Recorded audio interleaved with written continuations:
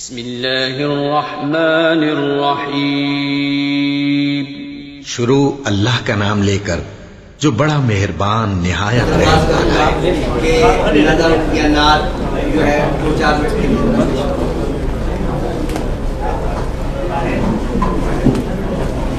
تھوڑا میں رکھ لیا. السلام علیکم ورحمۃ اللہ وبرکاتہ. میری زندگی کے مالک یہ سفر قبول کر لے. میری زندگی کے مالک میری زندگی کے مالک یہ سفر قبول کر لے. میرا کارواں چلا ہے میرا کارواں چلا ہے. تیرے گھر قبول کر لے. میرا کارواں چلا ہے. میں تیرے حضور لایا ہوں ندامتوں کے آنسو. میں تیرے حضور لایا میں تیرے حضور لایا ہوں ندامتوں کے آنسو. تجھے رحمتوں کا صدقہ یہ گوہر قبول کر لے. میری زندگی کے مالک ہے تیرے نبی کا فرمان. تجھے معذرت ہے پیاری ہے تیرے نبی کا فرمان ہے تیرے نبی کا فرمان. تجھے معذرت ہے پیاری جو جھکی ہوئی ہے یا رب جو جھکی ہوئی ہے یا رب. وہ نظر قبول کر لے جو جھکی ہوئی ہے یا رب. وہ نظر قبول کر لے. میرے پاس جیسا دل تھا وہی لے کے آ گیا ہوں. میرے پاس جیسا دل تھا میرے پاس جیسا دل تھا وہی لے کے آ گیا ہوں. تو یہ دل قبول کر لے تو یہ دل قبول کر لے. یہ جگر قبول کر لے. میرا کارواں چلا ہے تیرے گھر قبول کر لے. میں یہ جانتا ہوں سکے ہے میرے تمام کھوٹے. میں یہ جانتا ہوں سکے میں یہ جانتا ہوں سکے ہے میرے تمام کھوٹے. یہ کرم مزید ہوگا تو اگر قبول کر لے. یہ کرم مزید ہوگا. میرے پاس میرے عیبوں کے سوا تو کچھ نہیں ہے. میرے پاس میرے عیبوں میرے پاس میرے سوا تو کچھ نہیں ہے، بھلا کس زبان سے، بھلا کس زبان سے کہوں اے میرے کریم آقا تیرا فضل مانگنے کو، ایک اے میرے کریم آقا تیرا فضل مانگنے کو، یہ عطا جہاں سے آیا وہ نگر قبول کر لے، میری زندگی کے مالک تو میری جبی کے سجدوں سے ہے بے نیاز، لیکن تو میری جبی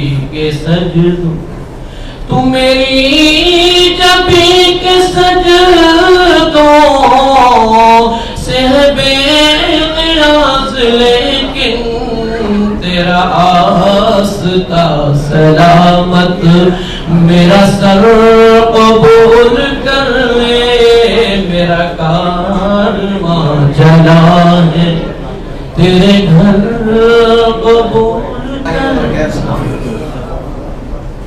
چند سوالات میرے پاس پہنچ گئے ہیں، پہلے ان کا جواب دینے کی کوشش کرتا ہوں۔ کیا حج قران کسی کی طرف سے بھی کر سکتے ہیں اگر اپنا حج پہلے کر چکے ہوں؟ یعنی آپ اپنا حج کر چکے ہیں اور حج بدل کر رہے ہیں، تو حج بدل میں حج افراد کرنا بہتر ہے۔ حج قران اور تمتع کی بھی اجازت ہے، کیونکہ بعض علماء نے حج افراد میں حج قران اور تمتع کی اجازت نہیں دی ہے، تو اس وجہ سے حج بدل میں حج افراد احتیاطاً بہتر ہے، باقی قران اور تمتع بھی کیا جا سکتا ہے۔ دوسرا سوال کیا گیا کہ اگر کوئی شخص رمضان کے بعد یعنی شوال ذوالقعدہ میں عمرہ کر لیا تو کیا وہ حج قران یا تمتع کر سکتا ہے یا نہیں؟ تقریباً پوری امت مسلمہ کا اتفاق ہے، حضرت عمر فاروق اور ان کے صاحبزادے حضرت عبداللہ ابن عمر رضی اللہ عنہما کا قول ہے کہ اگر کوئی شخص شوال یا ذوالقعدہ میں عمرہ کیا اور اس کے بعد اپنے گھر واپس آ گیا، ریاض سے گیا ریاض واپس آ گیا، ہندوستان سے آیا اور ہندوستان واپس چلا گیا، قطر سے آیا اور قطر سے واپس چلا گیا، تو پھر حج کا اس عمرے سے کوئی تعلق نہیں۔ حج قران یا حج تمتع کے لیے یہ بنیادی شرط ہے کہ عمرہ اور حج ایک سفر میں کیا ہے۔ یعنی مثلا آپ ریاض کے رہنے والے ہیں، شوال میں آپ نے عمرہ کیا، واپس ریاض آ گئے، اب آپ حج کرنے کے لیے جا رہے ہیں تو جو چاہے حج کریں، یہ عمرہ آگے والے حج سے اس کا تعلق ختم ہو گیا۔ پوری امت مسلمہ کا اس پر اتفاق ہے، حضرت عمر فاروق اور حضرت عبداللہ ابن عمر رضی اللہ عنہما کے قول کے مطابق۔ حج قران کرنے والوں کے لیے طواف قدوم، طواف قدوم سنت ہے، حج تمتع والوں کے لیے تو نہیں۔ حج افراد کرنے والوں کے لیے ظاہر ہے وہ عمرہ تو نہیں کر رہے، مکہ جائیں گے تو ایک نفلی طواف کریں گے جو طواف قدوم ہے، سنت ہے۔ اسی طرح سے حج قران کے متعلق بھی علماء نے تحریر کیا ہے کہ آدمی عمرے کی ادائیگی کے بعد اگر طواف قدوم کرنا چاہے تو کر سکتا ہے، لیکن طواف قدوم کسی بھی حال میں فرض یا واجب نہیں ہے۔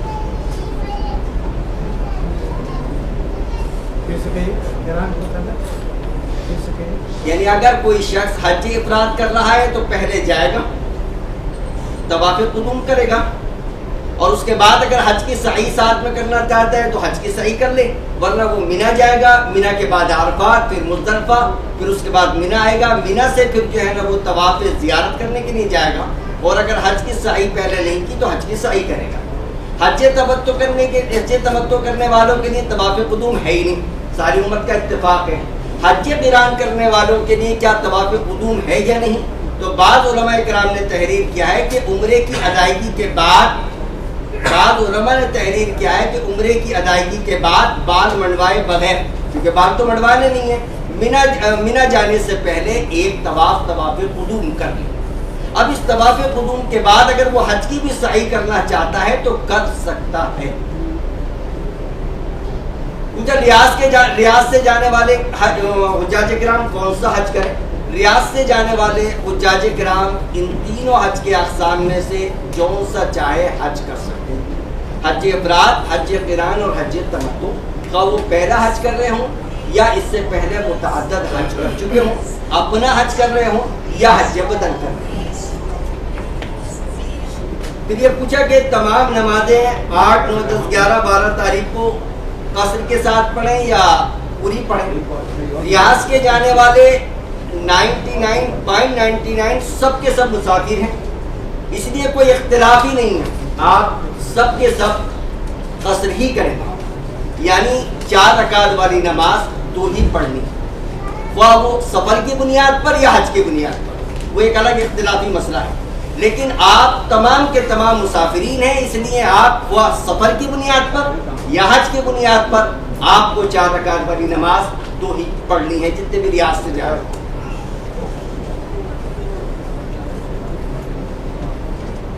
ایک سوال کیا گیا، اگر حج قران کا احرام باندھا اور سیدھے مینا چلے گئے، عمرے کا وقت نہیں ملا، تو بہت مسائل ہیں، اس لیے جب میقات پر پہنچیں تو اس بات کا اندازہ لگائیں کہ ہم حج قران کر سکتے ہیں یا نہیں۔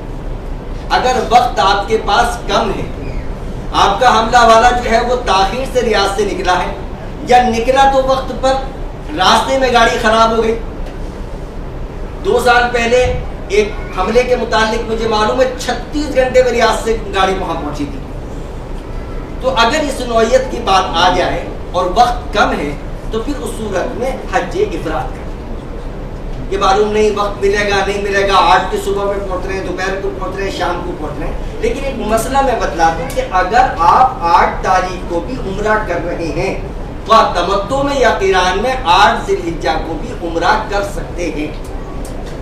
بہتر تو یہ ہے کہ 7 سے پہلے آپ فارغ ہو جائیں اور 8 کو آپ مینا میں قیام کریں، لیکن اگر کسی وجہ سے 8 کو عمرے کی ادائیگی کرنی پڑے تو 8 تاریخ کو بھی عمرہ ادا کر سکتے ہیں۔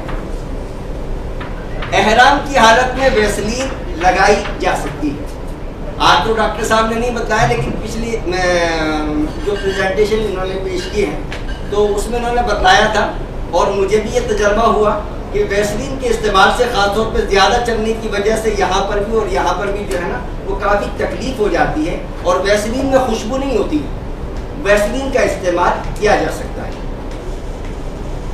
ایک سوال کیا گیا، حج قران میں قربانی کا جانور ساتھ لے کر جانا ضروری ہے؟ ایک اختلافی مسئلہ ہے کہ حج قران میں قربانی لے کر جانا ضروری ہے یا نہیں۔ بعض علماء نے فرمایا ہے کہ قربانی کا جانور ساتھ لے کے جانا ضروری ہے، جبکہ دیگر علماء کی رائے ہے کہ قران میں قربانی کا جانور لے کر جانا ضروری نہیں ہے۔ میں نے جو قرآن و حدیث کی روشنی میں اپنے علماء سے جو کچھ سیکھا ہے اس میں یہی ہے کہ حج قران کے لیے شرط نہیں، ہاں جو شخص حدی لے کر گیا ہے تو اس کے لیے پھر حج قران ہی ضروری ہے۔ ایک سوال اور بھی اس میں آیا ہے کہ حضور اکرم صلی اللہ علیہ وسلم کا کون سا حج تھا؟ حضور اکرم صلی اللہ علیہ وسلم نے حج قران کیا، البتہ حضور اکرم صلی اللہ علیہ وسلم کے علاوہ جو صحابہ کی بڑی جماعت تھی، تقریباً 1.25 لاکھ 1 لاکھ سے زیادہ جو ہے حضور اکرم صلی اللہ علیہ وسلم کے ساتھ حج کر رہے تھے، اس میں کی میجورٹی 90-95% جو ہے وہ تمتع ہی کر رہے ہیں۔ حضور اکرم صلی اللہ علیہ وسلم کا احرام حج قران کا تھا، لیکن صحابہ کی بڑی تعداد 90% صحابہ اکرام نے تمتع ہی کیا ہے، اور حضور اکرم صلی اللہ علیہ وسلم نے صحابہ کو یہی مشورہ دیا کہ آپ تمتع کر، چونکہ تمتع میں سہولت رہتی ہے کہ اسی لیے اس کو تمتع کہا جاتا ہے کہ اس میں آپ عمرہ کر کے احرام اتار دیتے ہیں، چونکہ یہاں سے ہم چونکہ آخری وقت میں جاتے ہیں اس لیے تمتع میں فائدہ سمجھ میں نہیں آتا، لیکن جو ہمارے عازمین حج ہندوستان اور پاکستان سے آتے ہیں 10 دن اور 15 دن پہلے، اگر وہ حج افراد یا حج قران کا احرام باندھیں گے تو 10 ذی الحجہ تک ان کا احرام چلا رہے گا۔ حج تمتع میں عمرہ کر کے احرام اتار دیتے ہیں، بغیر احرام کے ہو جاتے ہیں۔ تو اس وجہ سے جو ہندوستان اور پاکستان سے عازمین حج آتے ہیں ان کے لیے حج تمتع میں سہولت زیادہ ہے۔ سوال کیا گیا کہ اگر مسجد نمرہ کوئی آدمی نہ پہنچ سکے تو ظہر اور عصر کی نماز کا کیا کریں؟ اگر آپ مسجد نمرہ گئے ہیں تو مسجد نمرہ ہی میں ظہر عصر کی نماز ظہر کے وقت میں جس طرح سے امام پڑھ رہا ہے اسی طرح سے ادا کریں۔ لیکن اگر آپ مسجد نمرہ نہ پہنچ سکیں تو پھر کیا کریں؟ علماء کی دو رائے ہیں۔ بعض علماء کا نقطہ نظر یہ ہے کہ ظہر کی ظہر کے وقت میں اور عصر کی عصر کے وقت میں، جیسے کہ امام ابو حنیفہ رحمۃ اللہ علیہ نے فرمایا ہے۔ دیگر علماء کی رائے ہے کہ جو حضرات مسجد نمرہ نہ پہنچ سکے ان کے لیے بھی حکم یہی ہے کہ وہ ظہر اور عصر کی نماز ظہر کے وقت میں ادا کر سکتے ہیں۔ لیکن اس بات پر پوری امت مسلمہ متفق ہے کہ اگر کوئی حاجی مسجد نمرہ نہ پہنچ سکے اور ظہر کی ظہر کے وقت میں اور عصر کی عصر کے وقت میں ادا کرے گا تو اس کی دونوں نمازیں ادا ہو جائیں گی۔ اس لیے احتیاطاً اگر اس قول پر عمل کر لیا جائے تو زیادہ بہتر ہے، باقی گنجائش ہے۔ اب پھر دوبارہ سوال کیا گیا ہے کہ کن کن موقعوں پر قصر کی جائے گی۔ میں نے آپ کو بتایا ریاض سے جانے والے 99.99% لوگ مسافر ہوتے ہیں، اس لیے آپ اس پورے سفر کے اندر قصر ہی کریں، 4 رکعت والی 2 رکعت نماز ادا کریں۔ قربانی کا آج کل کیا طریقہ رائج ہے؟ اب اگر آپ جس حملے سے جا رہے ہیں اس حملے میں قربانی کا نظم ہے تو آپ وہاں سے بھی کرا سکتے ہیں۔ آپ کا کوئی دوست یا متعلق مکہ مکرمہ میں رہتا ہے اور وہ یہ کہہ رہا ہے کہ میں قربانی کر سکتا ہوں تو آپ اس کو بھی اپنا پیسہ دے سکتے ہیں۔ اور سعودی عرب کی حکومت کی زیر نگرانی جو یہاں قربانی کا نظم کیا جاتا ہے ٹوکن کی شکل میں، اب تک کا جو ہمارا تجربہ ہے اس سے یہی معلوم ہے انتہائی معتبر ذریعہ ہے، اس سے بھی آپ اپنی قربانی کرا سکتے ہیں۔ لیکن مسئلہ یہ آتا ہے کہ علماء احناف نے جو 10 ذی الحجہ کے 4 اعمال ہیں اس میں کتابوں میں تحریر ہے کہ ترتیب واجب ہے، یعنی پہلا رمی کنکری مارنا، دوسرا قربانی، تیسرا جو ہے حلق یا قصد، اور اس کے بعد طواف زیارت اور حج کی سعی، خاص طور پہ 3 عمل کے سلسلے میں۔ لیکن دیگر علماء کی رائے ہے اور امام ابو حنیفہ رحمۃ اللہ علیہ کے جو 2 مشہور و معروف شاگرد ہیں، امام یوسف رحمۃ اللہ علیہ اور امام محمد رحمۃ اللہ علیہ کی بھی رائے یہی ہے کہ یہ ترتیب واجب نہیں ہے۔ حضور اکرم صلی اللہ علیہ وسلم نے ان اعمال کو ترتیب سے کیا، جیسے کہ مسلم کی روایت ہے کہ حضور اکرم صلی اللہ علیہ وسلم نے مزدلفہ سے مینا آ کر سب سے پہلے کنکریاں ماری، پھر اس کے بعد قربانی کی، پھر اس کے بعد حلق یا قصر حلق کیا، اور اس کے بعد طواف زیارت اور حج کی سعی کی۔ ترتیب یہی ہے، اسی ترتیب سے ہمیں کرنا چاہیے، اسی ترتیب کی ہمیں ترغیب دینی چاہیے۔ لیکن اگر کوئی شخص اس ترتیب کے خلاف کر دے تو انشاءاللہ العزیز دم واجب نہیں ہوگا۔ طواف کی نیت زبان سے کرنا ہے یا نہیں؟ ہمیشہ یاد رکھیے گا نیت کبھی بھی زبان سے شرط نہیں، نیت جو ہے دل کے ارادے کا نام ہے۔ نماز کی نیت ہو، حج کی نیت ہو یا روزے کی نیت ہو، اصل دل کا ارادہ ہے، دل کا ارادہ اصل ہے۔ اگر آپ زبان سے بھی کہہ رہے ہیں، خاص طور پہ حج کے متعلق حدیث میں وضاحت کے ساتھ آیا ہے کہ بھئی آپ کون سا حج کر رہے ہیں، حج افراد کر رہے ہیں، قران کر رہے ہیں، تمتع کر رہے ہیں۔ حج افراد کر رہے ہیں تو حج کی نیت کریں گے، قران کر رہے ہیں تو یہ نیت کریں گے کہ میں اسی احرام سے حج بھی کروں گا، عمرہ بھی کروں گا، اور اگر تمتع کر رہے ہیں تو آپ پہلے عمرے کی نیت کریں گے، بعد میں حج کی نیت کریں گے۔ سوال کیا گیا اگر عرفہ کے میدان میں خیمے میں مسجد نمرہ کے خطبے کی آواز آ رہی ہے اور وہاں تک امام کی آواز آ رہی ہے تو کیا عورتیں اس خیمے میں نماز پڑھ سکتی ہیں یا نہیں امام کے ساتھ؟ اگر صفوں کا سلسلہ مسجد نمرہ سے صفوں کا سلسلہ آپ کے خیمے تک جڑا ہوا ہے تب تو آپ بالکل نماز پڑھ سکتے ہیں یا پڑھ سکتی ہیں۔ لیکن اگر وہ سلسلہ بیچ میں منقطع ہو گیا ہے، بھئی عرفات کا میدان تو بہت بڑا ہے نا، مسجد نمرہ میں پہنچنے والے حاجیوں کی تعداد 40% بھی نہیں ہوتی، 40% بھی حاجی وہاں نہیں پہنچ پاتے، یہ بھی میں 40 زیادہ کہہ رہا ہوں، تو زیادہ تر حجاج کرام وہاں نہیں پہنچ پاتے.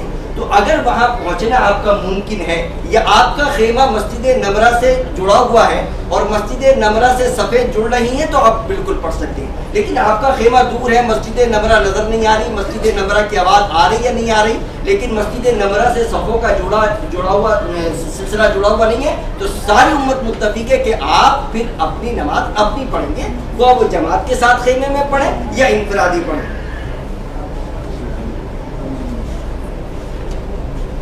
یہ پوچھا گیا کہ زمزم پینے کے بعد جو دعا آپ نے بتائی کیا یہ سنت سے ثابت ہے؟ تو ایک صحابی حضرت عبداللہ ابن عباس، غالباً یہ حضرت عبداللہ ابن عباس رضی اللہ تعالیٰ عنہ کے متعلق آتا ہے کہ انہوں نے زمزم کا پانی پینے کے بعد یہ دعا پڑھی تھی. تو یہ دعا پڑھی جا سکتی ہے، لیکن یہی دعا پڑھنا ضروری نہیں ہے، آپ جو چاہے پڑھ سکتے ہیں اور پڑھنا بھی ضروری نہیں ہے.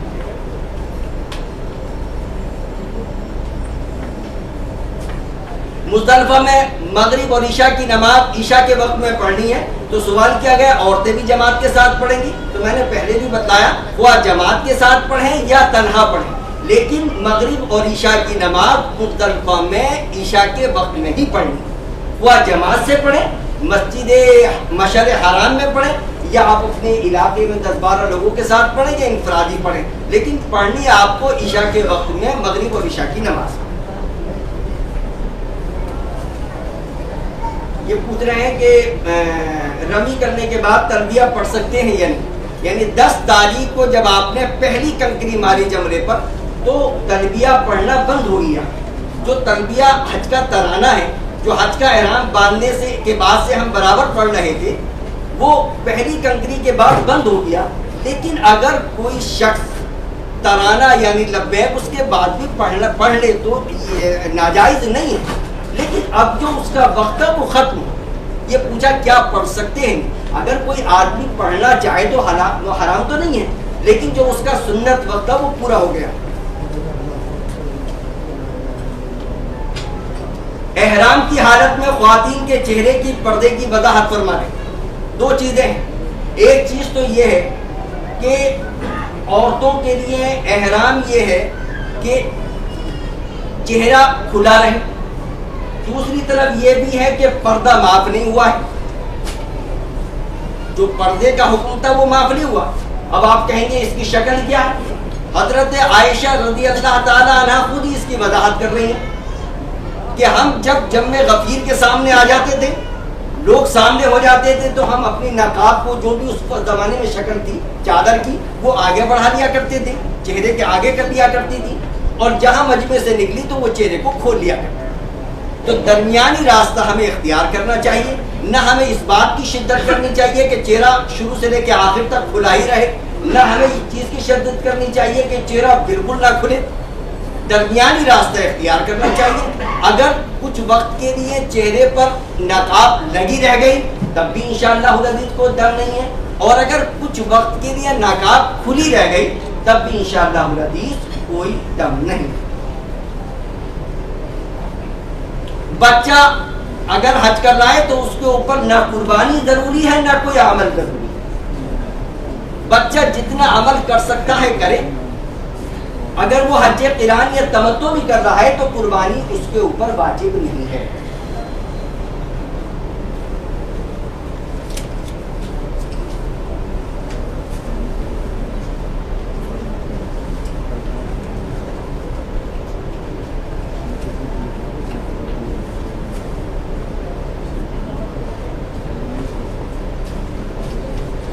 یہ پوچھا کہ کیا صرف آسانی کی بنیاد پر حج افراد کیا جا سکتا ہے؟ نہیں، بالکل کیا جا سکتا ہے.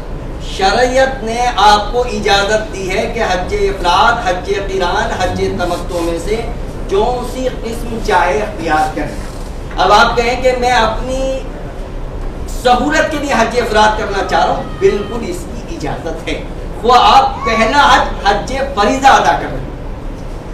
حج افراد پہلا حج بھی فریض حج بھی کیا جا سکتا ہے، وہ یہی جذبہ ہو کہ مجھے ذرا اس میں سہولت ملے.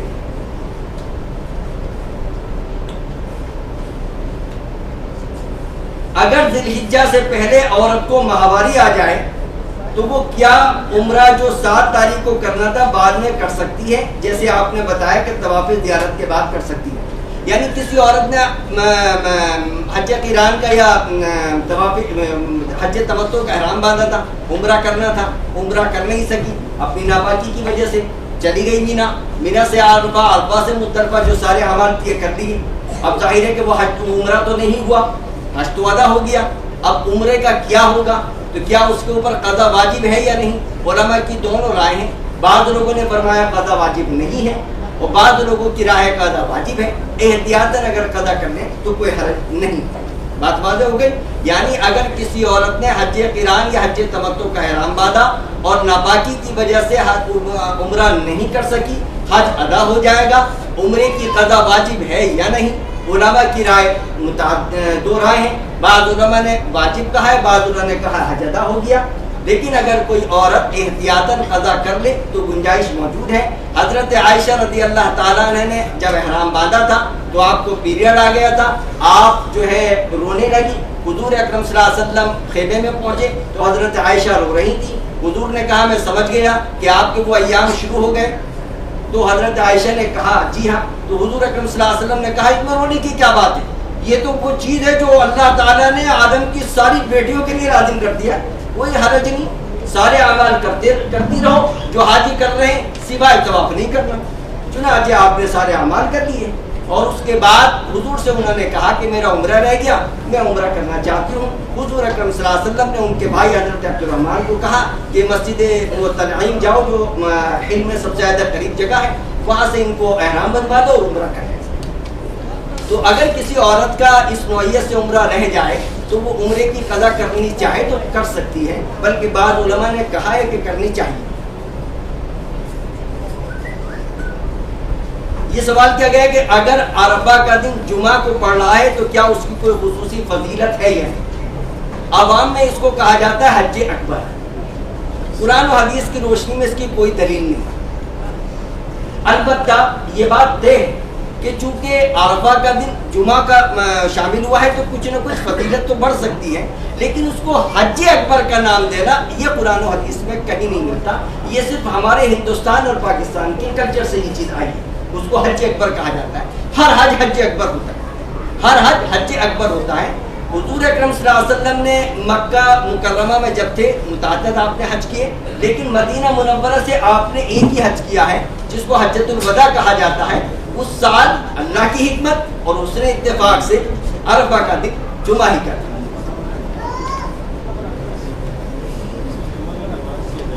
جمعہ نہیں ہوگی، عرفات میں ظہر پڑھنی ہے. جمعہ نہیں ہے، ظہر ہی پڑھنی ہے. امام صاحب بھی وہاں ظہر پڑھائیں گے، آپ بھی ظہر ہی پڑھیں گے. بات واضح ہو گئی. عرفات میں آپ کو ظہر ہی پڑھنی ہے. اگر داڑھی کے بال ٹوٹتے ہوں تو کیا احرام کی حالت میں داڑھی میں خلال کیا جا سکتا ہے؟ دیکھیے اگر وضو کرتے وقت کچھ بال خود بخود گر جاتے ہیں تو اس سے دم وغیرہ واجب نہیں ہوتا. احتیاط تو کرنی چاہیے، لیکن خود بخود اگر بال گر رہے ہیں تو اس سے دم واجب نہیں ہوتا. احتیاط کرنی چاہیے، لیکن اگر خود بخود بال گر رہے ہیں تو اس سے دم واجب نہیں ہوتا ہے. کچھ سوالات ریپیٹ ہو رہے ہیں اس لیے میں اس کو آگے پیچھے کر رہا ہوں. ایام تشریق 9 ذی الحجہ سے 13 ذی الحجہ تک تکبیرات حج کے لیے بھی ضروری ہیں. دیکھیے تکبیرات جو ہے ضروری تو کسی کے لیے بھی نہیں ہے. اللہ اکبر لا الہ الا اللہ واللہ اکبر وللہ الحمد، یہ تکبیرات واجب تو نہیں ہے، سنت. تو ظاہر ہے جس طرح سے ہمارے لیے ہے، حاجی بھی جو ہے اس تکبیر کو بار بار پڑھ سکتا ہے. اور خاص طور پہ جب وہ 10 تاریخ کو قربانی وغیرہ سے فارغ ہو گیا، حج کا ترانہ تو اس کو ختم ہو گیا، تو وہ اس تکبیر کو بار بار پڑھ سکتا ہے اور پڑھنا چاہیے.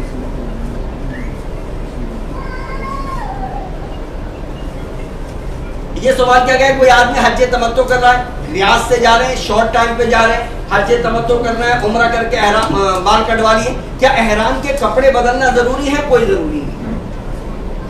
یعنی آپ حج تمتع کر رہے ہیں، آپ نے عمرہ کیا، بال کٹوا دیے، اب وہ جو احرام کے کپڑے تھے بعض لوگوں میں کہا جاتا ہے اس کی چادر پلٹ دو. کوئی اس کی کوئی لاجک نہیں ہے، یا ہمارے کلچر میں چیز مشہور ہو گئی ہے. آپ اس احرام کے کپڑے جو پہنے ہوئے ہیں بال تو کٹوا لیے، اسی احرام کے کپڑے میں حج کی نیت کر سکتے ہیں. بات واضح ہے. آپ نے حج تمتع کا احرام باندھا، عمرہ کر لیا، طواف کر لیے، بال کٹوا دیے. اب آپ اسی احرام کے کپڑوں میں اگر حج کی نیت کرنا چاہے تو بالکل کر سکتے ہیں، دوسرا احرام باندھنا ضروری نہیں ہے۔ پوچھا حج قران اور حج تمتع میں کوئی افضلیت ہے؟ میں نے آپ کو بتایا کہ بھئی حج افراد، حج قران اور حج تمتع میں آپ کو جس میں سہولت ہو وہ کریں۔ کون سا افضل ہے؟ علماء میں اختلاف ہے، جس کا حل نہ آج تک ہوا ہے نہ بظاہر ہوگا، اس لیے جس میں آپ کو سہولت ہو، حج قران، حج تمتع اور حج افراد، اس کو کر لو۔ البتہ یہ ہے کہ چونکہ حج قران اور تمتع میں حج افراد کے مقابلے میں اعمال زیادہ ہیں، اس وجہ سے تقریباً پوری امت کا اتفاق ہے کہ حج قران اور تمتع افراد کے مقابلے میں افضل ہیں۔ البتہ حج تمتع میں خاص طور پہ جو ہندوستان پاکستان سے حاجی آتے ہیں ان کے لیے سہولت رہتی ہے۔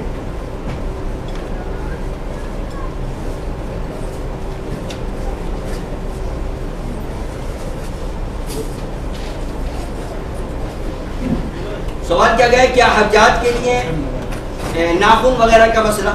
میں نے شاید بتایا بھی تھا کہ چونکہ آپ حضرات احرام باندھیں گے ان ایام میں اور احرام باندھنے کے لیے طہارت سنت ہے، تو آپ ان ایام میں ناخن وغیرہ کاٹ سکتے ہیں۔ عازمین حج ان ایام میں ناخن وغیرہ کاٹ سکتے ہیں، بال وغیرہ کاٹ سکتے ہیں۔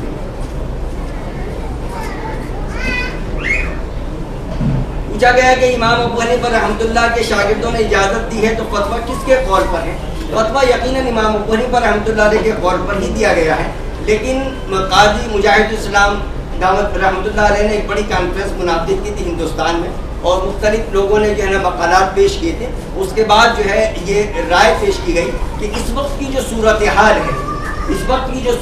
ہے، مثال کے طور پہ بیشتر حجاج کرام جو یہاں پر حجاج کرام کی طرف سے سعودی عرب حکومت کی طرف سے جو قربانی کا رسم ہے اس میں ہی قربانی کی جاتی ہے، اور اس سے وقت کا پتہ نہیں چل پاتا۔ تو بہرحال موجودہ وقت میں ہمارے علماء نے یہی فیصلہ کیا ہے کہ ترتیب واجب نہیں ہے۔ مختلف مقامات پر جو دعائیں پڑھی جاتی ہیں اگر وہ یاد نہ ہو تو کوئی حرج تو نہیں۔ تلبیہ تو یاد کرنا چاہیے ہر حاجی، تلبیہ تو ہر حاجی کو یاد کرنا چاہیے، اگر یاد نہیں ہے تو یاد کریں۔ لیکن اگر جیسے طواف کے دوران جیسے صحیح صفا پر جانے کے بعد جو دعا آئی یا ربنا آتنا فی الدنیا یا اس کے علاوہ جو دعائیں ہیں اگر یاد ہے تو پڑھ لیں، اگر یاد نہیں ہے تب بھی آپ کا حج انشاءاللہ العزیز پورا ہوگا۔ لیکن آپ کوشش کریں کہ جو دعائیں حضور اکرم صلی اللہ علیہ وسلم سے منقول ہیں ان کو یاد کریں۔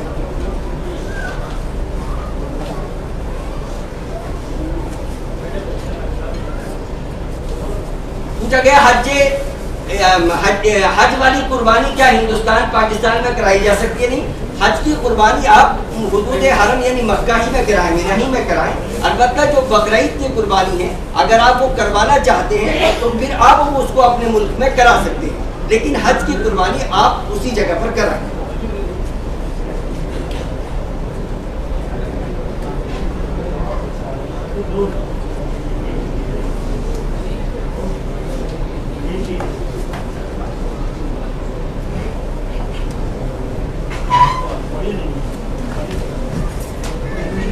اگر کوئی شخص حج افراد کر رہا ہے تو قربانی واجب تو نہیں ہے، قربانی سنت ہے، مستحب کر سکتا ہے۔ تو پوچھا کہ قربانی کی ترتیب تو جیسے میں نے بتا دیا کہ حج قران اور تمتع میں بھی گنجائش موجود ہے، تو ظاہر ہے کہ حج افراد میں تو اس سے زیادہ گنجائش ہے۔ کیا قربانی سے پہلے بال کٹوائے جا سکتے ہیں یا نہیں؟ جیسے میں نے بتایا کہ حتی الامکان ہمیں یہ کوشش کرنی چاہیے، اس بات کا اہتمام کرنا چاہیے کہ جس ترتیب سے حضور اکرم صلی اللہ علیہ وسلم نے یہ اعمال کی ہیں اسی ترتیب سے ہم اعمال کریں۔ پہلے ہم جو ہے کنکری ماریں، اس کے بعد قربانی کریں، پھر بال کٹوائیں اور احرام اتاریں۔ یہ جس ترتیب سے حضور نے کیے، صحیح مسلم میں یہ روایت موجود ہے، اسی ترتیب سے کریں۔ لیکن اگر اس ترتیب میں کچھ اونچ نیچ ہو گیا، سمجھنے بات جو ہمارے اختیار سے باہر ہے تو انشاءاللہ العزیز دم نہیں ہوگا، لیکن پھر بھی جو چیزیں ہمارے اختیار میں ہیں اس میں ترتیب کو حتی الامکان کوشش کریں کہ وہ ترتیب باقی رہے۔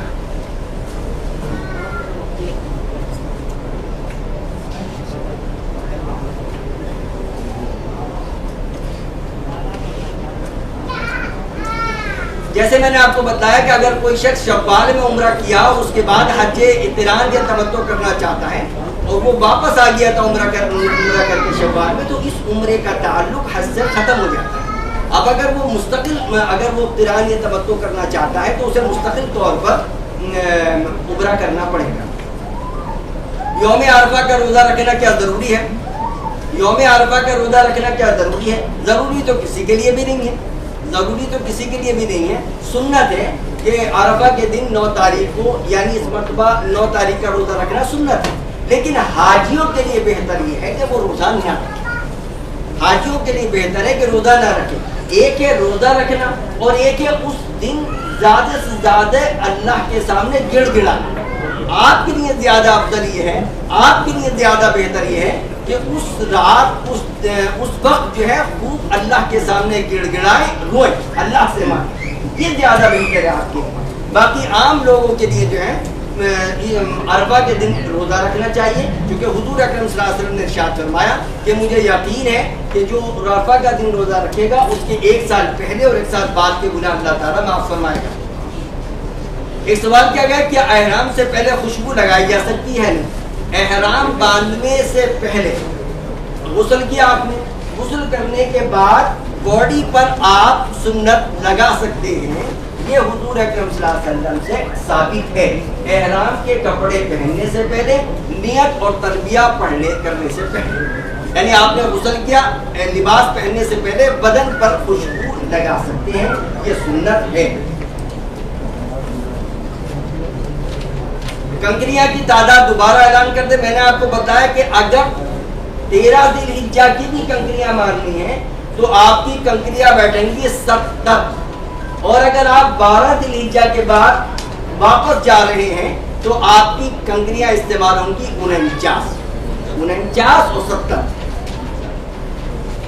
مینا میں اگر خیمہ نہیں ملا، مزدلفہ میں خیمہ ملا، جس کو آج کل عرف عام میں ایکسٹینڈڈ مینا بولتے ہیں، حالانکہ کبھی بھی مینا ایکسٹینڈ نہیں ہو سکتا، سمجھ رہے ہیں بات، اس کی حدود متعین کر دی گئی ہیں، لیکن خلاصہ کلام یہ ہے کہ اگر کسی شخص کو مینا میں خیمہ نہیں ملا اور مزدلفہ میں خیمہ ملا ہے تو وہ مزدلفہ میں رات گزار سکتا ہے۔ حج تمتع میں کیا پورا بال منڈوانا ضروری ہے؟ بھائی پورا بال منڈوانا کبھی بھی ضروری نہیں، یا تو آپ بال منڈوائیں یا کٹوائیں، وہ عمرہ کرنے جا رہے ہوں یا حج قران کر رہے ہوں یا حج تمتع کر رہے ہیں، جب بھی بال منڈوانے یا کٹوانے کا معاملہ آئے گا تو آپ بال منڈوا بھی سکتے ہیں، کٹوا بھی سکتے ہیں۔ منڈوانا افضل ہے، کٹوانے کی اجازت ہے، جیسے کہ میں نے آپ کو کہا تھا چند بال ادھر سے اور چند بال ادھر سے کاٹ کر احرام نہیں کھولنا چاہیے، بلکہ 2 ہی شکلیں ہیں، یا تو آپ حلق کرا لیں یا مشین، اور اگر آپ کٹنگ کرانا چاہتے ہیں تو پورے سر کے بال کچھ نہ کچھ کٹوا لیں۔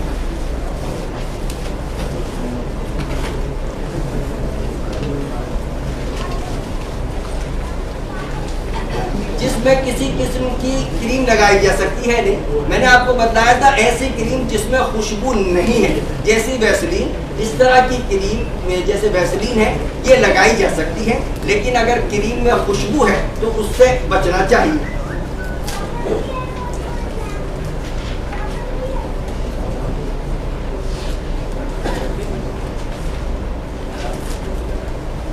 ریاض سے جانے والے احرام حج افراد کی صورت میں احرام کہاں سے باندھیں؟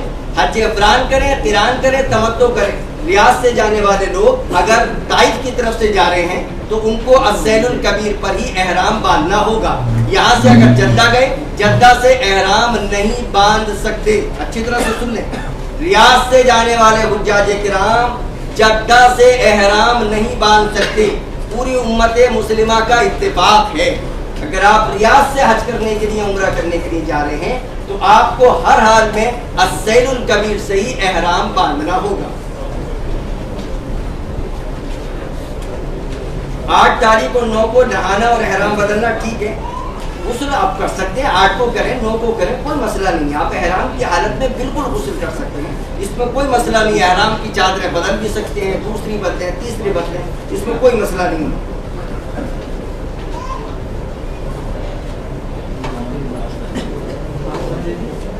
احرام کی چادر سر پر ڈال سکتے ہیں، دھوپ سے بچنے کے لیے، تو میں نے آپ کو بتایا کہ سر ہمارا کھلا رہے گا، مرد حضرات اپنا سر کھلا رکھیں گے، البتہ چھاتا جو ہے، امبریلا جو ہے وہ لگایا جا سکتا ہے، ساری امت مسلمہ کا اتفاق ہے۔ پوچھا رمی کا طریقہ ایک بار اور بتا دیں، ٹھیک ہے؟ 10 تاریخ کو آپ کو پہلے جمرے پر 7 دفعے میں 7 کنکریاں مارنی ہیں۔ اگر آپ کسی دوسرے کی طرف سے کنکریاں مار رہے ہیں، یعنی وہ دوسرا واقعی ضعیف ہے، کمزور ہے، بوڑھا ہے کہ جمرات پہ نہیں پہنچ سکتا، تو اپنی 7 کنکریاں مار کے اپنے والد یا والدہ جو واقعی جمرات نہیں پہنچ سکتی ہیں تو ان کی طرف سے کنکریاں مار لیں۔ 11 اور 12 13 کو کنکریاں مارنے کا طریقہ یہ ہے کہ پہلے جمرے پر 7 دفعے میں 7 کنکریاں ماریں، اور اس کے بعد دائیں یا بائیں جانب ہو کر اور قبلے کی طرف رک کر کے دعائیں کریں۔ اس کے بعد دوسرے جمرے پر کنکریاں ماریں اور دائیں یا بائیں جانب ہو کر قبلہ رخ ہو کر دعائیں کریں، اور اس کے بعد آخری جمرے پر کنکریاں مار کر بغیر دعا کے چلے جائیں۔ تو 10 تاریخ کو 7 کنکریاں پہلے جمرے پر مارنی ہے۔ 11 12 13 ذی الحجہ کو 13 ذی الحجہ کی کنکریاں اختیاری ہیں، لیکن 11 12 13 ذی الحجہ کی کنکریاں 21 21 ہوں گی اور زوال آفتاب کے بعد ہی مار سکتے ہیں، ظہر کی اذان سے پہلے نہیں مار سکتے۔ چاروں دن اگر آپ مغرب تک کنکریاں نہیں مار سکے تو مغرب تک کے بعد بھی کنکریاں مار سکتے ہیں۔ صابن کا استعمال کر سکتے ہیں نہیں، اگر دیکھیں اگر صابن سے بالکل ہی بچے تو زیادہ بہتر، اسی میں خیر اور اسی میں عافیت ہے، لیکن اگر کوئی شخص ایسا صابن استعمال کرنا چاہے جس میں کسی بھی نوعیت کی خوشبو نہیں ہے تو وہ استعمال تو کر سکتا ہے، لیکن ترغیب نہیں دی جائے۔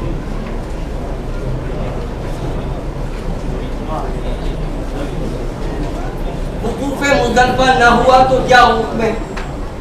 یعنی 10 تاریخ کی رات 9 تاریخ آپ نے عرفات میں گزاری، عرفات کے بعد مزدلفہ آئے، رات گزاری، رات گزارنے کے بعد صبح آپ نے مزدلفہ میں نماز پڑھی اور اس کے بعد کھڑے ہو کر دعائیں مانگی، یہ وقوف مزدلفہ کہا جاتا ہے۔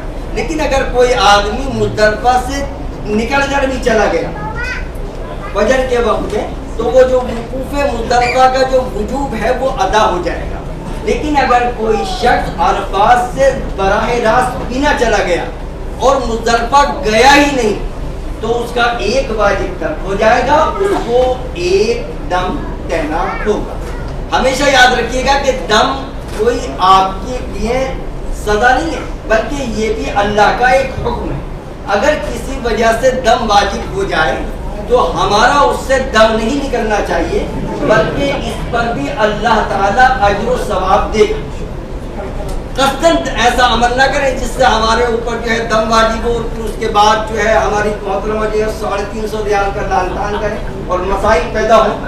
تو اس وجہ سے ہمیں کوئی عمل ایسا نہیں کرنا چاہیے کہ جس سے دم واجب ہو۔ لیکن اگر کسی عمل کی وجہ سے دم واجب ہو گیا تو گھبرانے کی ضرورت نہیں ہے۔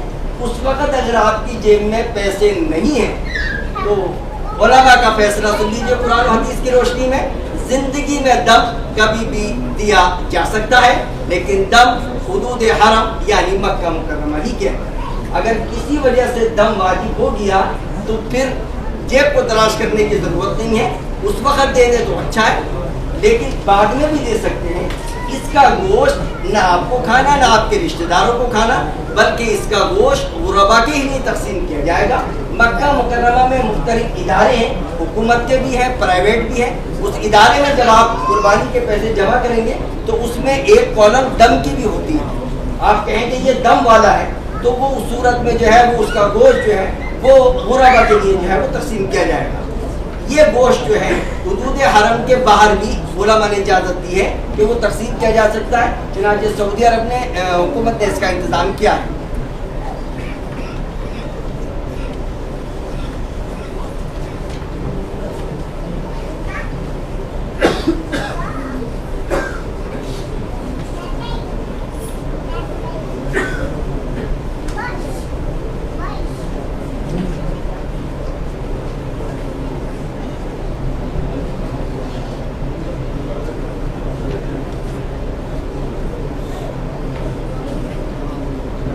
کے دوران سنتیں اور نفل پڑھ سکتے ہیں؟ بھائی ہمیں پڑھنا ہی چاہیے، کرنا کیا ہے اس کے علاوہ؟ بھائی آپ جو ہیں فارغ ہیں تو سنتیں اور نفل بھی پڑھیں اور ذکر بھی کریں اور قرآن کی تلاوت بھی کریں اور دعائیں بھی کریں، کرنا کیا ہے اس کے علاوہ؟ عام طور پہ جو ہے اس وقت جو نظام ہے حکومت کا، تو آپ کو کھانا پکا ہوا ملنا ہے، ناشتہ تیار ملنا ہے، ہر طرح کی بریانی سریانی سارے حملے والے دیتے ہیں، آپ کو کچھ کرنا ہی نہیں، تو اس کے علاوہ کریں گے کیا؟ بھائی فرض پڑھ کے خالی کوئی بیٹھنا ہے؟ آپ کو اگر پڑھ سکتے ہیں تو سنتیں بھی پڑھنی چاہیے، نفل بھی پڑھنی چاہیے، قرآن کی تلاوت بھی کرنی چاہیے، ذکر بھی کرنا چاہیے، اللہ سے مانگنا بھی چاہیے۔ آپ پکنک کے لیے کوئی جا رہے ہیں کیا جو ہے نا وہ پکا پکایا کھائے جاؤ اور اس کے بعد جو ہے نا باتھ روم میں جا کے نکالے جاؤ؟ نہیں، بلکہ جو ہے آپ اپنا وقت زیادہ سے زیادہ عبادت میں لگائیں، نماز اور اس کے علاوہ جو ہے وہ ذکر و اذکار تلاوت ان سارے اعمال میں اپنا وقت زیادہ سے زیادہ لگائیں۔ اگر کسی عورت کو پیریڈ شروع ہو جائے تو بالکل عرفات جا سکتی ہے۔ میں نے آپ کو بتایا حضرت عائشہ رضی اللہ تعالی عنہ نے جو حج کیا تھا حضور کے ساتھ حجۃ الوداع میں، آپ کو بھی پیریڈ آیا تھا، آپ نے یہی کہا تھا حضور اکرم صلی اللہ علیہ وسلم نے سارے اعمال کرتی رہو جیسے حاجی کر رہے ہیں، سوائے طواف نہیں کرنا۔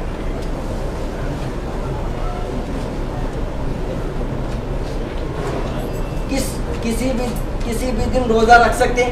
بھائی 10 11 12 میں تو شیطان روزہ رکھتا ہے، سمجھے نہیں؟ ایام تشریق میں تو روزہ نہیں رکھنا، لیکن اس کے علاوہ اگر آپ پہلے پہنچ گئے ہیں یا بعد میں وہاں پر موجود ہیں تو روزہ رکھ سکتے ہیں۔ 9 تاریخ کو بھی اگر کوئی حاجی روزہ رکھ لے تو روزہ ہو جائے گا، 9 تاریخ کو بھی حاجی روزہ رکھ سکتا ہے، لیکن بہتر یہ ہے کہ وہ اپنے آپ کو روزے میں نہ تھکائے، اپنے آپ کو دعاؤں میں تھکائے، اپنے آپ کو اللہ کے سامنے گڑگڑانے میں تھکائے، سمجھ پائے؟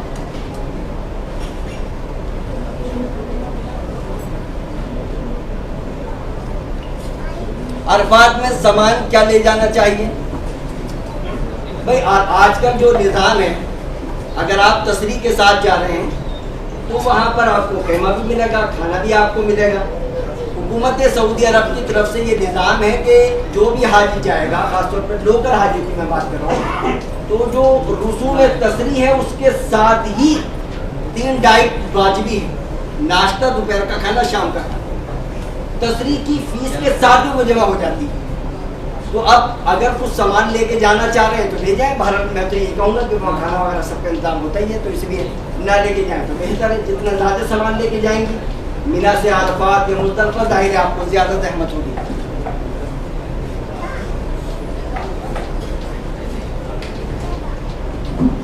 ایک آدمی ریاض 8 ذی الحجہ سے 15-20 دن پہلے مکہ گیا، میقات سے عمرے کی نیت سے احرام باندھا اور عمرے کے بعد حلال ہو کر وہیں رہ گیا، تو اب وہ حج افراد کرنا چاہتا ہے تو احرام کہاں سے باندھے گا؟ وہ حج افراد نہیں کر سکتا۔ ایک آدمی ریاض کا رہنے والا تھا اور اس کے بعد جو ہے اس نے عمرہ کر کے وہاں رک گیا، اب وہ حج کر رہا ہے تو وہ حج افراد کر ہی نہیں سکتا۔ اگر وہ ریاض واپس آ گیا ہوتا تو اس عمرے کا تعلق ختم ہو گیا ہوتا، لیکن چونکہ وہ تو ایک ہی سفر میں ہے، عمرہ کر چکا ہے، اب وہاں سے حج کرے گا، تمتع بن جائے گا، قربانی ضروری ہو جائے گی۔ مردوں کا منہ پر ماسک لگانا احرام کی حالت میں ہی جائز، ماسک کا استعمال کیا جا سکتا ہے۔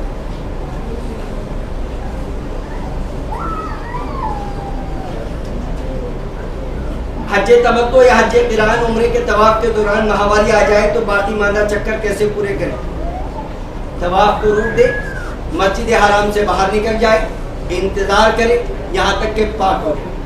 جب تک پاک نہیں ہوگی، اب مثال کے طور پہ عمرے کے لیے گئی ہے اور اس کے بعد جو ہے نا وہ طواف سے فراغت سے پہلے جو ہے پیریڈ آ گیا، اب ہر حال میں اس کو عمرے کی ادائیگی کرنی ہوگی۔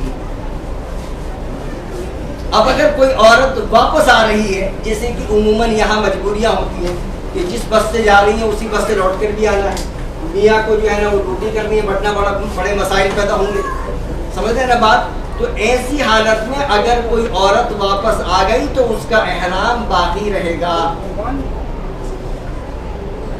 اور اس کا احرام ٹوٹ نہیں سکتا، اس کو عمرے کی ادائیگی ہر حال میں پوری کرنی ہوگی۔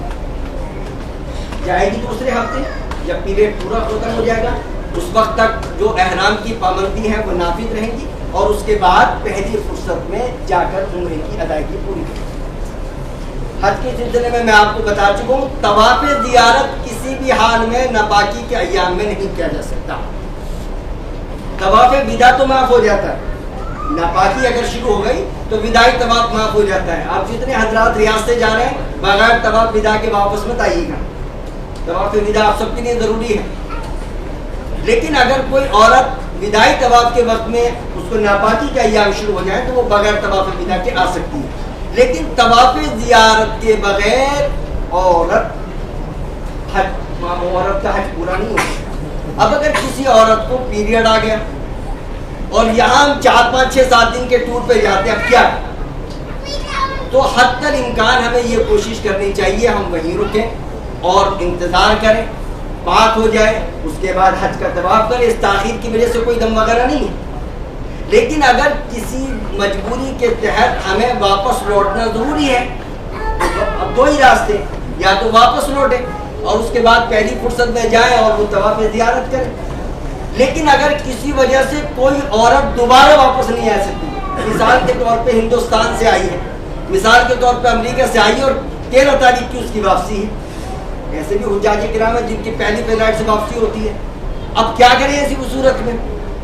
تو ایسی صورت میں ناپاکی کے ایام میں اس کو طواف زیارت کرنا ہوگا، لیکن ایک بدنہ، ایک اونٹ کی قربانی اس کے اوپر واجب ہوگی۔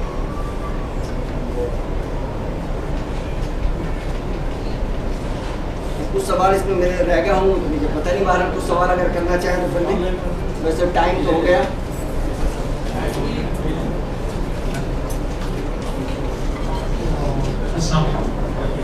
میرا سوال یہ ہے کہ اگر کوئی بندہ ریاض سے جا رہا ہے اور ٹائم ہے ہمارے پاس 10-15 دن ہے، حج کا ارادہ بھی ہے، ہم جدہ جانا چاہتے ہیں، پہلے جدہ چلے جائیں اور پھر واپسی کے جب حج کے ایام شروع ہوتے ہیں 7 دن کو ہم سیل کبیر پر جا کے دوبارہ احرام باندھ کر پھر اپنا حج تمتع کریں، تو یہ کیسے؟ آپ اگر یہاں سے جدہ گئے اور اس کے بعد السیل الکبیر آ گئے، وہاں 15 دن رہے یا 1 دن رہے، کوئی مسئلہ نہیں، وہ ہے نہیں۔ یہاں سے آپ جدہ گئے اور جدہ سے واپس آپ السیل الکبیر جو طائف کے پاس میقات ہے وہاں آ گئے، اس کے بعد عمرے یا حج کا احرام باندھ رہے ہیں، کوئی مسئلہ ہی نہیں، کوئی مسئلہ نہیں۔ بغیر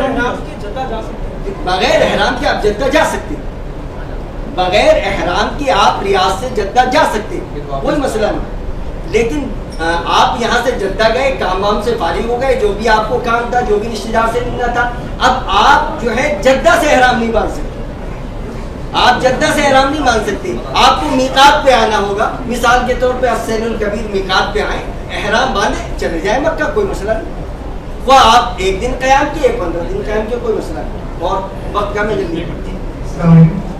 میں پوچھنا چاہ رہا تھا، جب ہم حج تمتع کرتے ہیں دوسری وقت جب ہم احرام پہنتے ہیں تو ہمیں میقات میں جا کے واپس پہننا ہے یا پھر ہم اپنے منہ سے پہن کے، یعنی ایک آدمی حج تمتع کر رہا ہے، عمرے کا احرام تو ظاہر اپنی میقات سے باندھ کے وہ گیا، عمرہ کر لیا، اب اس کے بعد حج کا احرام باندھ رہا ہے تو حج کا احرام مکہ میں کسی بھی جگہ سے باندھ سکتا ہے، اور اگر وہ مینا میں اپنے خیمے میں بھی باندھنا چاہے تو باندھ تو سکتا ہے، لیکن اصولی اعتبار سے اس آدمی کو مکہ میں احرام باندھ کے مینا آنا چاہیے۔ لیکن چونکہ آج کل حملے والوں کی ترتیب اس نوعیت کی ہے کہ وہ یہاں سے لے جاتے ہیں اور اس کے بعد واپس خیموں میں لے کے آ جاتے ہیں اور پھر وہاں سے خیمے سے ہی احرام باندھ دیتے ہیں، تو انشاءاللہ العزیز کوئی حرج نہیں ہے، دم وغیرہ واجب نہیں ہوگا، لیکن اصولی اعتبار سے یہ ہے کہ آپ عمرہ کر لیں، اس کے بعد مکے ہی سے احرام باندھ کر مینا جائیں۔ جو 10 تاریخ کو جو اس کا جو احرام ہے وہ ہم کس وقت اتار سکتے ہیں؟ جو 10 تاریخ کا جو حج کا احرام ہے وہ ہم کس وقت اتار سکتے ہیں؟ مطلب بھائی آپ نے جو ہے کنکری مار لی، کنکری مارنے کے بعد قربانی کر لی، قربانی کرنے کے بعد بال کٹوا لیے، وہاں احرام اتار دیجیے۔ اب اگر یہ تینوں عمل آپ کے 1 گھنٹے میں ہو گئے تو آپ یہ اتار سکتے ہیں۔ اب مسئلہ یہ ہے، ایک تو یہ ہے کہ ہم پہلے سے اپنے آپ کو تیار کریں، پہلے سے ہمیں اس بات کے لیے تیار نہیں کرنا کہ ہم جو چاہے پہلے کریں جو چاہے بعد میں کریں، ہمیں پہلے سے اپنے آپ کو اسی بات پر تیار کرنا ہے کہ ہم یہ کام ترتیب سے کریں، جیسے کہ حضور نے ان کاموں کو ترتیب سے کیا ہے۔ حضور اکرم صلی اللہ علیہ وسلم نے جس ترتیب سے کیا ہے، جس ترتیب سے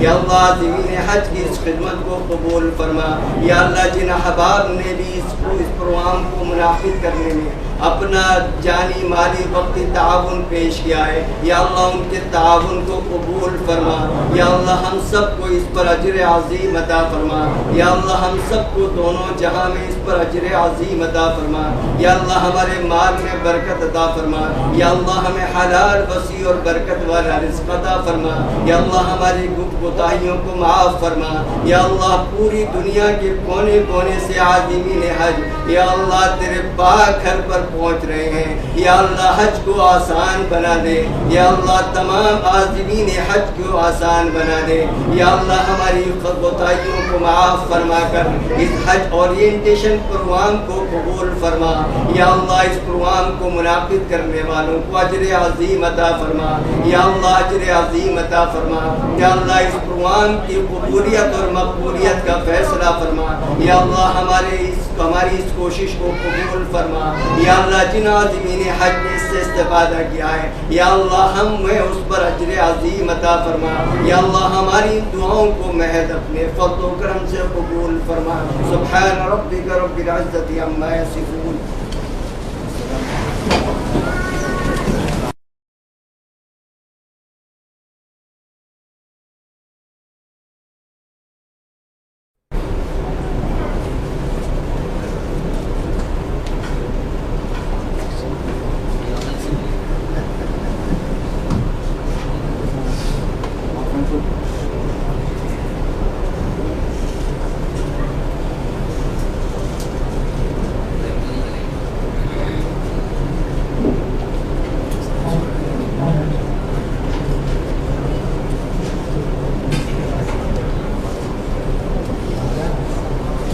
انشاءاللہ اذان کے بعد کسی مسجد میں نماز ہوگی. نماز کے بعد آپ اوپر آئیں اور جو بھی آپ کی اس سلسلے میں سوالات ہیں اگر تحریری شکل میں ہم نے پیپر رکھ دیے ہیں تو تحریری شکل میں وہ ہم کو بھیج دیں، اور اگر اب تحریری شکل میں نہیں ہے اور یہاں انشاءاللہ ہم 2 مائک بھی رکھیں گے، اگر مائک سے بھی آپ سوال کر سکتے ہیں تو مائک سے سوال کریں.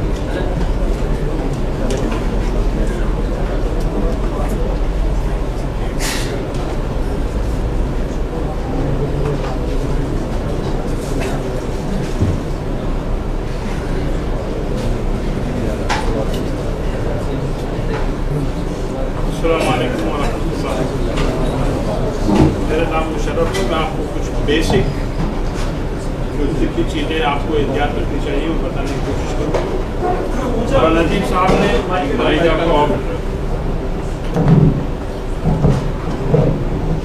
مولانا نجیب صاحب نے آپ کو حج کے بارے میں بتایا. لبیک اللہم لبیک یہ انشاءاللہ شروع ہوگا.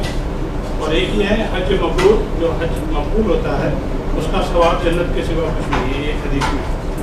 لیکن ایک اچھا حج کرنے کے لیے آپ کو صحت مند ہونا ضروری ہے. یہ نہیں کہ بیمار حج نہیں کر سکتا، لیکن حج کے دوران کیا آپ احتیاط رکھیے تاکہ اچھی طرح صحت مند رہیں. اور اس صحت مند کے ساتھ ساتھ آپ اگر اچھے صحت رہے گی آپ کی تو آپ اچھا حج کر سکیں گے، ارکان اچھی طرح سے پورے کر سکیں گے. تو بس میں اس میں پریزنٹیشن میں 10 منٹ 12 منٹ لوں گا، آپ کے بیسک چیزیں بتاؤں گا.